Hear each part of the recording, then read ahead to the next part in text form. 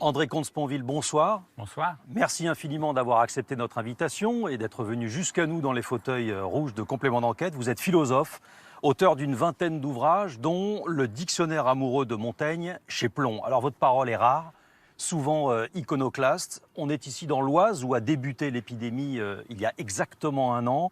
Épidémie que vous avez toujours tenté de relativiser. Pourquoi ? C'est parce que le réel est relatif toujours et que j'étais confronté à une espèce d'affolement médiatique, d'abord, politique ensuite, populaire en général. Les gens autour de moi ne me parlaient que de cauchemars, de tragédies, de peur au ventre. J'ai même vu un journaliste, je vous jure que c'est vrai, me demander si c'était la fin du monde.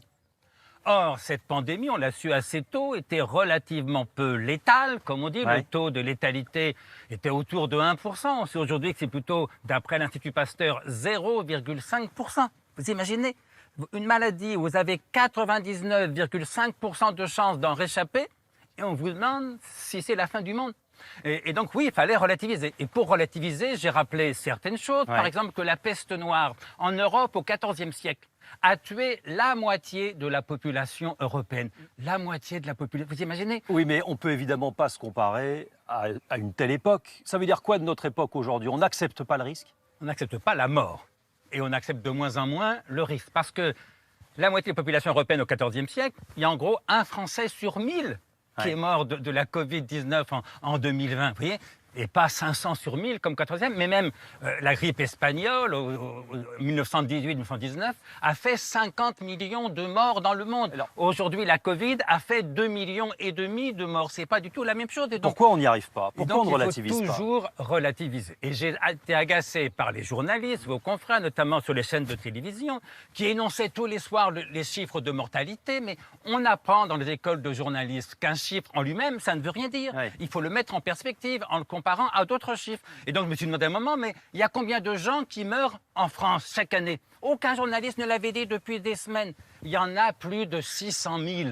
Ça met quand même, ça relativise Ouais. les 64 000 morts pendant l'année 2020 de la Covid-19 ou les 86 000 morts aujourd'hui. J'ai choqué au moment du premier confinement en osant parler d'économie. J'ai dit attention, ça va coûter extrêmement cher. Tollé, scandale, Mais on il a même ose parler entendu- d'argent à propos de la santé. Et on a même entendu des hommes politiques quelque part vous rejoindre. Et Épouser maintenant, vos tout le arguments. monde reconnaît, y compris les médecins, que les données économiques font partie évidemment du problème et même qu'à la limite, l'économie est encore plus importante que la médecine pour deux raisons. La première raison, c'est que la misère crée très vite d'énormes problèmes sanitaires. On meurt plus vite de faim que de maladie.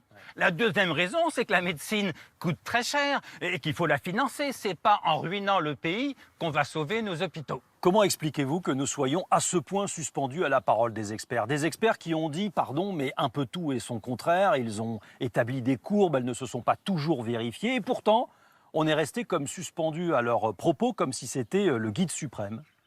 Oui, c'est moins vrai aujourd'hui et je m'en félicite parce que c'est vrai qu'au moment du premier confinement, au début de la pandémie, quand on voyait 15 médecins tous les soirs au journal de 20 heures, on avait le sentiment que les politiques n'avaient plus aucune marge de manœuvre, plus aucune autonomie. Et c'est ce qui m'a inquiété, Ouais. évidemment, parce qu'au fond, à un moment, je me suis demandé, mais finalement, qu'est-ce que je ferais si j'étais à la place de Macron ? Et ce qui m'a le plus effrayé, c'est que je me suis dit, finalement, j'aurais fait la même chose, le confinement. Pas du tout parce que je pensais que c'était la meilleure solution, je n'en savais rien. Ouais. Mais parce qu'il y avait une telle pression du corps médical relayée par tous les médias en permanence qu'il n'avait plus aucune autonomie. Et ça, c'est très dangereux pour la démocratie. Je me félicite de voir qu'aujourd'hui, et Macron et son gouvernement ont repris une part d'autonomie vis-à-vis des experts, vis-à-vis du corps médical. C'est normal. Dans une démocratie, ce n'est pas les experts qui gouvernent, Ouais. c'est le peuple qui est souverain et ce sont ces élus qui gouvernent. Est-ce qu'on a fait de la santé la valeur suprême de notre vie, finalement, Oui, aujourd'hui ? c'est ce que j'appelle le panmédicalisme. Faire de la santé la valeur suprême, ce qui est une double erreur. D'abord, la santé, pour moi, n'est pas une valeur, c'est ce que j'appelle un bien. Un bien, c'est quelque chose qui est désirable ou enviable. Une valeur, c'est quelque chose qui est estimable ou admirable. Par exemple, je peux envier quelqu'un parce qu'il est plus riche que moi ou en meilleure santé que moi. Mais si je l'admire pour cela, je suis un imbécile. Je peux admirer quelqu'un parce qu'il est plus courageux que moi, plus juste, plus généreux, plus aimant que moi. Et donc la santé n'est pas une valeur, c'est un bien. Alors, on préfère bien sûr être en bonne santé qu'être malade, mais si on prétend fonder notre civilisation sur le culte de la santé, on se raconte des histoires. Ne pas tomber malade, ce n'est pas un but suffisant dans l'existence. Mais surtout, comme ce sont les vieux, j'en fais partie, qui tombent le plus souvent malades, et pas seulement de la Covid-19. Si on fait de la santé la valeur suprême, ce sont les vieux qui deviennent la priorité. Quand Macron a dit la priorité des priorités, c'est de protéger les plus fragiles, donc les plus vieux, soit en période de crise sanitaire aiguë, mais sur la durée, que penseriez-vous d'un pays dont la priorité des priorités serait le sort de ses octogénaires? Je dis, une seconde, moi je dis, ma priorité des priorités, ce sont les jeunes en général et les enfants en particulier. Et ce qui m'a effrayé au moment du confinement, et ce qui m'inquiète encore aujourd'hui, c'est que j'ai le sentiment qu'on est en train de sacrifier 2 générations de jeunes. Les enfants, les ados d'un côté, les enfants masqués 8 heures par jour, à 6 ans, vous imaginez, travailler, apprendre à lire, à écrire avec un masque devant un professeur masqué. Et puis deuxièmement, les jeunes adultes, ceux qui ont 20, 30 ans, 40 ans. On est en train de sacrifier 2 générations de jeunes à la santé de leurs parents et de leurs grands-parents. Ça ne me paraît ni juste ni normal. On est guidé par cette peur. Est-ce que ça veut dire qu'il faudra tout faire pour que les jeunes générations puissent avoir un peu plus d'avantages, finalement, qu'on les aide bien plus qu'on ne l'aurait fait sans cette Covid, parce qu'ils sont en train oui, de la payer... priorité des priorités, ce sont les jeunes, parce que les vieux ne sont pas tellement à plaindre. Le démographe Hervé Lebrun a écrit un article dans Le Monde où il dit 2 choses. 1, la surmortalité en 2020 est de 7,3%, ce qui est très loin d'être négligeable. C'est une mauvaise année. Sauf que si on calcule l'espérance de vie, nous n'avons perdu que 6 mois et demi d'espérance de vie. Or, les gens de ma génération ont gagné 20 ans d'espérance de vie depuis 1946. Donc les baby-boomers, dont je fais partie, vous voyez, on a gagné 20 ans d'espérance de vie, on perd 6 mois et demi, c'est pas la catastrophe. Ceux qui n'ont pas de chance, ce sont les jeunes, en effet. C'est pas de chance d'avoir 20 ans en 2020, disait Macron. Là-dessus, il a raison. Et donc voilà, occupons-nous de la pandémie, il faut respecter les gestes barrières, vaccinons-nous dès que c'est possible, tout ça va de soi. Mais préoccupons-nous davantage des jeunes que de la santé de leurs parents ou de leurs grands-parents. Alors, si vous aviez quand même un conseil à donner au président de la République, quel serait-il ? Garder l'autonomie dont il fait preuve depuis quelques semaines. Et je lui dirais, parce que ça fait partie des qualités d'un homme d'État, bon courage, Monsieur le Président. Qu'est-ce qu'on retiendra de tout cela, pour terminer, Monsieur Comte-Sponville ? Je pense qu'on en retiendra au fond pas grand-chose, de même qu'on avait oublié la grippe de Hong Kong dans les années 60, la grippe asiatique dans les années 50.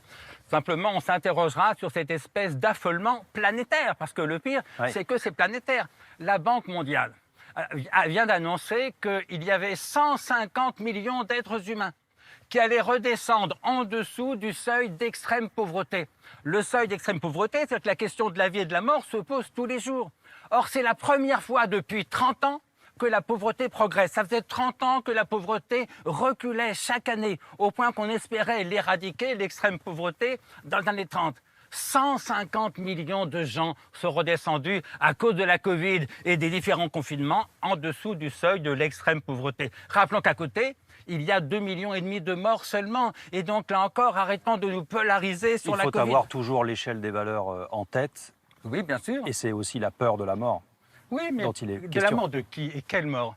Il meurt tous les ans. 9 millions d'hommes et de femmes meurent de faim chaque année. 9 millions, dont 3 millions d'enfants. Tout le monde s'en fout.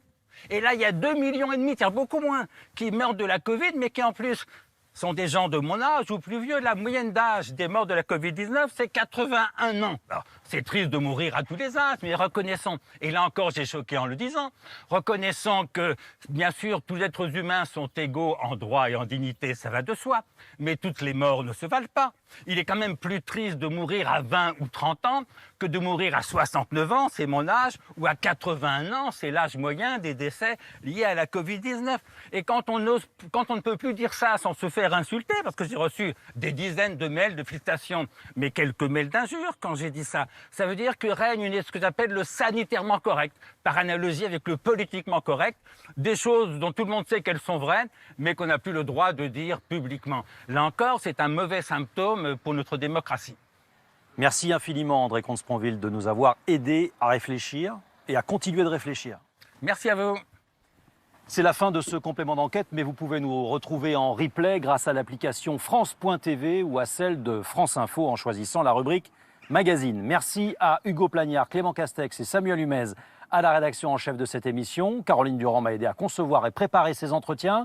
Et c'est Anthony Forestier qui a réalisé ce numéro ce soir. On vous retrouve pour un nouvel inédit la semaine prochaine. Bonsoir.